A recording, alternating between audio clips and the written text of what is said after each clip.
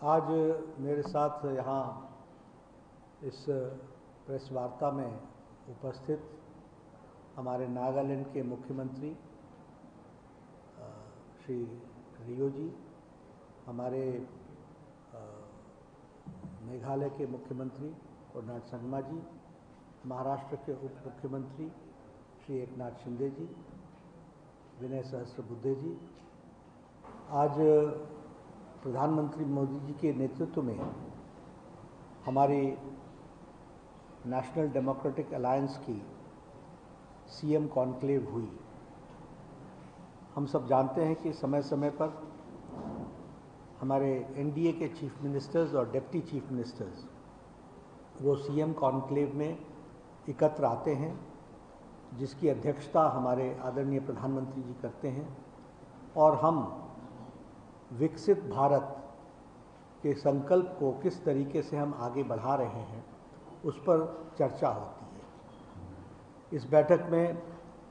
हमारे 20 मुख्यमंत्री और 18 डिप्टी चीफ मिनिस्टर्स ये उपस्थित रहे। इस कॉन्क्लेव में 2 प्रस्ताव पारित हुए। एक प्रस्ताव तो ऑपरेशन सिंदूर, जिसमें जो प्रधानमंत्री मोदी जी के नेतृत्व में ऑपरेशन सिंदूर हुआ और जो हमारे फौज के हमारे आर्मी के जवान्स ने जो देश की सेवा की है उसकी भूरी भूरी प्रशंसा की गई, और जो हमारी आर्मी है जिसने अपना पराक्रम दिखाया है उसकी भूरी भूरी प्रशंसा हुई है। तो यह प्रस्ताव सर्वसम्मति से पारित हुआ, जिसमें ऑपरेशन सिंदूर में प्रधानमंत्री मोदी जी की नेतृत्व क्षमता, सशक्त भारत,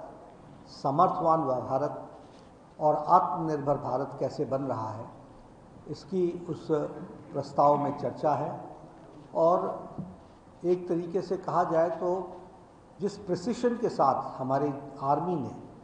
पाकिस्तान के में टेररिस्ट एक्टिविटीज़ को और टेररिज्म को जो आघात पहुंचाया, जो वहाँ अटैक किया, उसकी मारक क्षमता और मारक क्षमता के साथ साथ एग्जैक्टनेस, प्रिसिशन, इस बात की भी चर्चा हुई है। आपको प्रस्ताव की कॉपी मिल जाएगी। साथ ही साथ जातिगत जनगणना, इस जातिगत जनगणना के विषय पर जिसको भारत की कैबिनेट ने मोदी जी के नेतृत्व में स्वीकृति दी है, और ये हमारी कल्पना शुरू से थी, और हमारे बिहार की सरकार, नीतीश कुमार जी की सरकार जिसने सबसे पहले इसका प्रस्ताव लाया था, उसको भी ध्यान में रखते हुए और यह जातिगत जनगणना पर भी प्रस्ताव पारित हुआ, और सभी लोगों ने इसको जहां इसकी सहमति के साथ साथ जो मोदी जी का निर्णय हुआ है उसकी प्रशंसा के साथ साथ साधुवाद देने का काम इस प्रस्ताव में हुआ है। यहाँ मैं ये भी बताना चाहता हूँ कि इस प्रस्ताव के माध्यम से हमने स्पष्ट किया है कि हम जातिगत राजनीति नहीं करते हैं, लेकिन वंचित, पीड़ित, शोषित, दलित जो छूट गए हैं उनको मुख्य धारा में समावेश करना, जो भी जिस तरीके से छूटा हुआ व्यक्ति है उसको मुख्य धारा में समावेश करना, यह समाज की आवश्यकता है। और जातिगत जनगणना के माध्यम से हम इसको देखते हैं और इसको हम आगे बढ़ाने का काम कर रहे हैं। ऑपरेशन सिंदूर के बारे में आदरणीय प्रधानमंत्री जी ने जहाँ कहा कि ये सेना का शौर्य है, वहीं उन्होंने इस बात का भी बल दिया कि भारत को हमें तीव्र गति से विकसित भी बनाना है, सशक्त रखना है, सामर्थ्यवान बनाना है, और इसके साथ साथ हमको आत्मनिर्भर भारत बनाना है। इस पर हमको ध्यान देने की ज़रूरत है। हम लोगों ने यहाँ पर नक्सलाइट्स के खिलाफ जो मुहिम चल रही है उस पर भी चर्चा हुई, और उस चर्चा में हमारे छत्तीसगढ़ के मुख्यमंत्री ने कैसे नक्सलिज्म पर हम लोगों ने लड़ाई लड़ी है और किस तरीके से हम सफलता पा रहे हैं और हमें सफलता मिल रही है, उसके बारे में विष्णुदेव साय जी ने, जो मुख्यमंत्री हैं छत्तीसगढ़ के, उन्होंने सबके सामने उस विषय को रखा। वहाँ के गृह मंत्री विजय शर्मा जी ने किस तरीके से हम नक्सल प्रभावित इलाकों में पुनर्वासन कर रहे हैं, उनको हम किस तरीके से मुख्य धारा में ला रहे हैं, इस पर बल दिया, इस पर जोर दिया और इसके बारे में जो जो स्कीमें चल रही हैं उसकी चर्चा की। भारत के गृह मंत्री अमित शाह जी ने जो रणनीति रही है उस पर भी चर्चा की और उन्होंने हमारा मार्गदर्शन किया और सभी चीफ मिनिस्टर्स और डिप्टी चीफ मिनिस्टर्स को अवगत कराया कि किस तरीके से इसको हमने परास्त करने में अपनी ताकत लगाई है। जो ऑपरेशन सिंदूर पारित हुआ उसको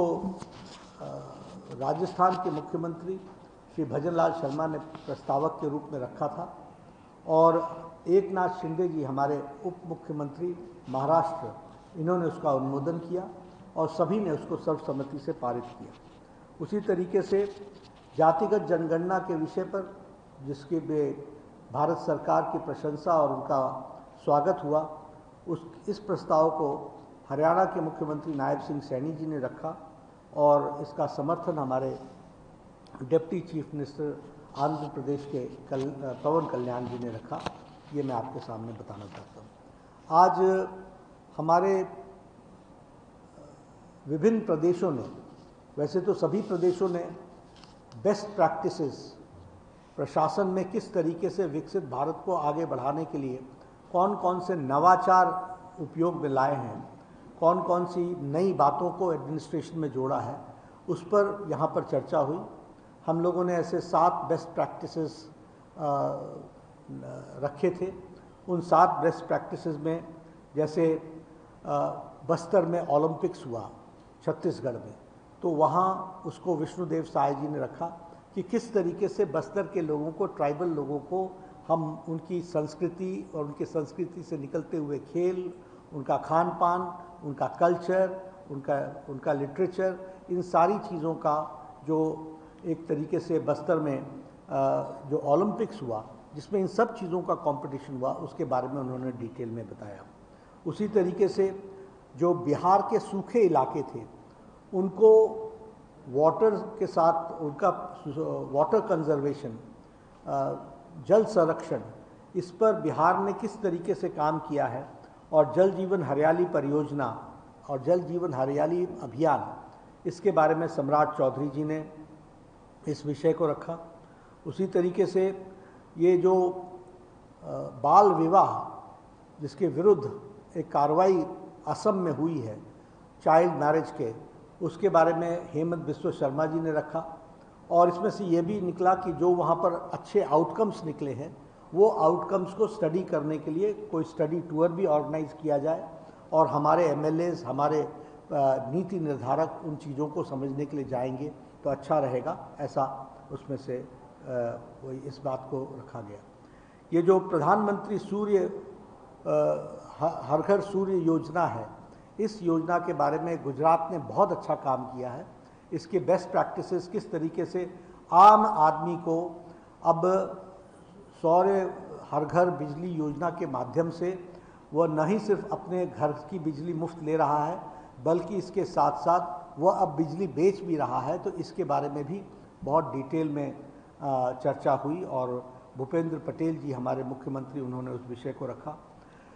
कॉर्नाड संगमा जी ने बहुत अच्छा कार्यक्रम चलाया है। हमारे प्रधानमंत्री जी ने कहा था, we are responsive government, we are responsible government, we are accountable government, और इस पर हमको कुछ काम करना चाहिए। तो हमारे अपने कॉर्नाड संगमा जी ने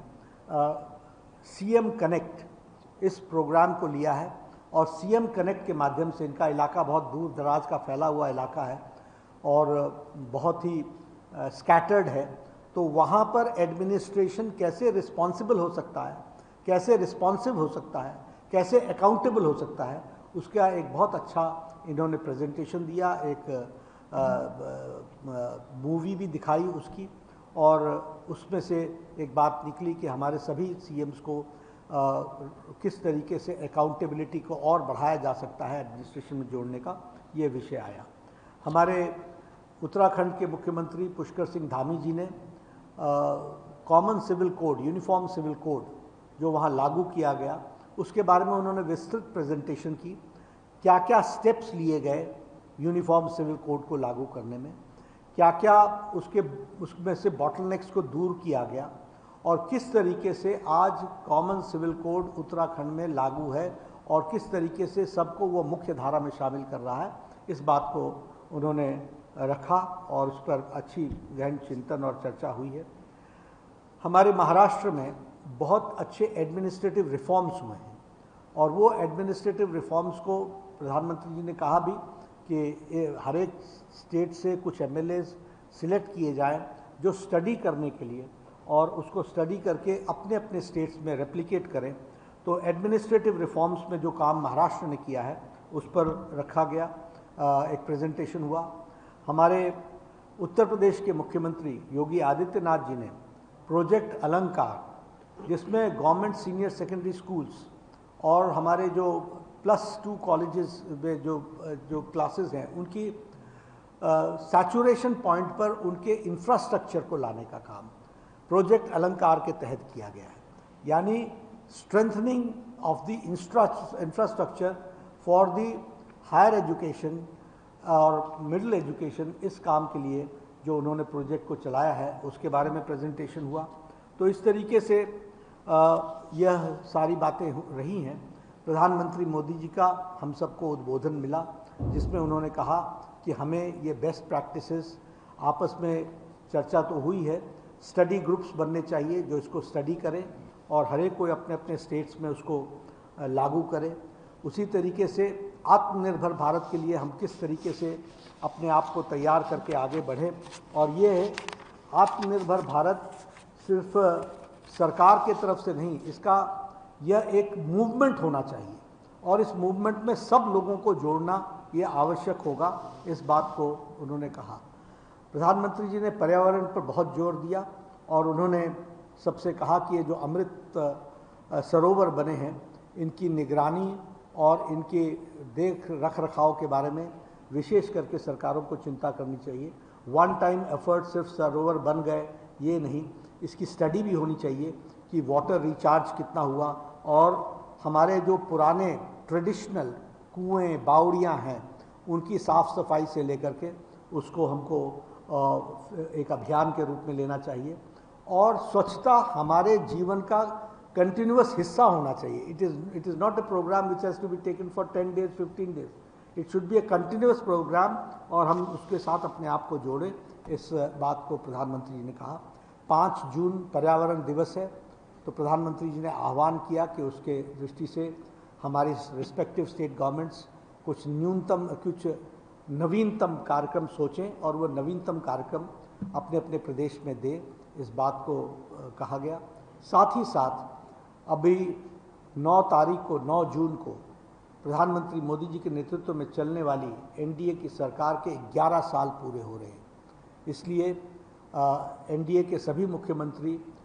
किस तरीके से 11वें साल को मनाएंगे और उसमें हमारे किस तरीके से हमारे कार्यक्रम बनेंगे और 11 साल में किस तरीके से भारत ने विकास में एक लंबी छलांग लगाई है, ये भारत की जनता तक इसको अवगत कराना ये हमारी जिम्मेवारी रहेगी। तो इस पर सीरीज़ ऑफ प्रोग्राम्स आएंगे, वो सीरीज़ ऑफ प्रोग्राम्स के लिए एक छोटी समिति बनेगी जो उसको चर्चा करेगी। तो पहले 5 जून, फिर 9 जून और 9 जून के बाद 21 जून इंटरनेशनल योगा दिवस, वह भी 10 साल पूरे कर रहा है अपना। 2015 में अंतर्राष्ट्रीय योगा दिवस का पहला अवसर आया था 21 जून को, अब उसके 10 साल पूरे हो रहे हैं। तो उसके लिए एनडीए के छोटा ग्रुप मिल करके उसको तय करेगा और हम इसको, ये कार्यक्रम किसी सरकार का कार्यक्रम नहीं, ये समाज का कार्यक्रम है, ये देश का कार्यक्रम है, ये दुनिया का कार्यक्रम है। इसलिए इसको किस तरीके से ज़्यादा लोगों को इसमें समावेश किया जा सके, इस बात को जोड़ा जाएगा। और इसके साथ 25-26 जून को इमरजेंसी के 50 साल पूरे हो रहे हैं, तो वह भी एनडीए उसको भी जनता को उजागर करेगा कि किन लोगों ने प्रजातंत्र का गला घोटने का, डेमोक्रेसी को क्रश करने का, डेमोक्रेसी को थ्रॉटल करने का कुत्सित प्रयास किया, इसको भी हम जनता तक बताएंगे। आज 50 साल पूरे हो रहे हैं, 25 जून को 50 साल पूरे हो जाएंगे। तो यह भी जो डेमोक्रेसी को थ्रॉटल करने की, इस वाइब्रेंट डेमोक्रेसी को जो प्रयास हुआ था, वह भी हम जनता के बीच में ले जाएंगे। तो ऐसे 4 कार्यक्रमों के बारे में ब्रॉडली चर्चा हुई है। माइन्यूटली इन सब चीज़ों पर जो हमारे सब ग्रुप्स हैं वो चर्चा करके इस प्रोग्राम को एक उसके डिटेल्स वर्कआउट करके ये प्रोग्राम दिया जाएगा। ऐसी चर्चा आज रही है। और प्रधानमंत्री मोदी जी ने जो बातें कल उन्होंने कहा था कि हम टीम इंडिया के रूप में काम करें, वैसे ही एनडीए के सभी चीफ मिनिस्टर्स और डिप्टी चीफ मिनिस्टर्स विकसित भारत के संकल्प को पूरा करने के लिए पूरी ताकत से एकजुट होकर के, पूरी ताकत के साथ एकजुट होकर के और पूरी सिनर्जी के साथ इस विकास यात्रा को आगे बढ़ाए, विकसित भारत की ओर ले जाए, इस बात का आह्वान उन्होंने किया। ये आज की बैठक के आउटकम्स रहे। We'll give you the details of the. 2 resolutions were passed. One was about the Operation Sindoor, where it was unanimously everybody congratulated Honorable Prime Minister for the leadership he took, the lead he took, and the operation and the success of Operation Sindoor. And at the same time, we were all in praise for the Indian Army, the work which they have done with precision and the valor they have shown and the accuracy they have shown. That is there in the resolution. The resolution number 2 is about the caste census, which has been